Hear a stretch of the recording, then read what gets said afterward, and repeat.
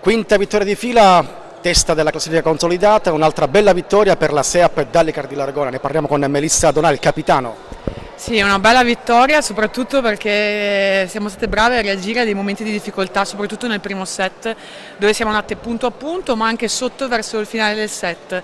È stato importantissimo vincere quel primo set perché la classifica è un po' bugiarda, nel senso che questa squadra ha molti punti di differenza rispetto a noi, però esprime un'ottima pallavolo, quindi ci hanno messo davvero tanto in difficoltà, hanno preparato molto bene la partita, brave noi in questo campo che comunque è un campo tosto, sarà un campo tosto per tutti qui.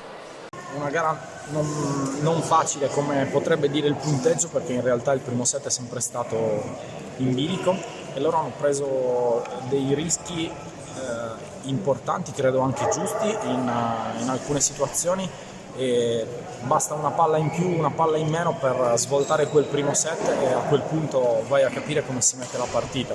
Invece è andata bene, abbiamo avuto molta pazienza nella seconda parte del primo set, dopo aver fatto un numero di errori con palla in mano un po' troppo alti per i nostri standard, e quindi siamo andati in difficoltà.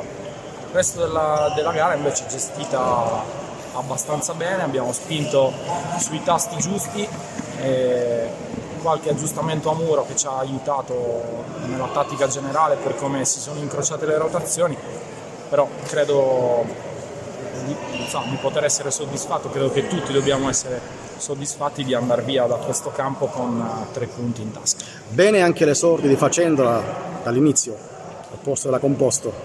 Sì, insomma, non è una cosa. Angela in realtà è molto giovane, ma è una veterana della B1, per cui eravamo tutti abbastanza tranquilli relativamente al suo esordio. Ha fatto una bella prestazione con il 75% in attacco, quindi sono molto contento per lei, lo siamo, a dirla tutti quanti siamo contenti della sua prestazione e del fatto anche che abbia ritrovato il campo, perché quest'anno è la prima volta che succedeva, quindi bene così. Tutta la rosa è importante per noi e speriamo di integrare tutte il più possibile. Adesso la pausa forzata, non c'è Bari in campionato, dunque turno di riposo adesso per l'Aragona la prossima giornata.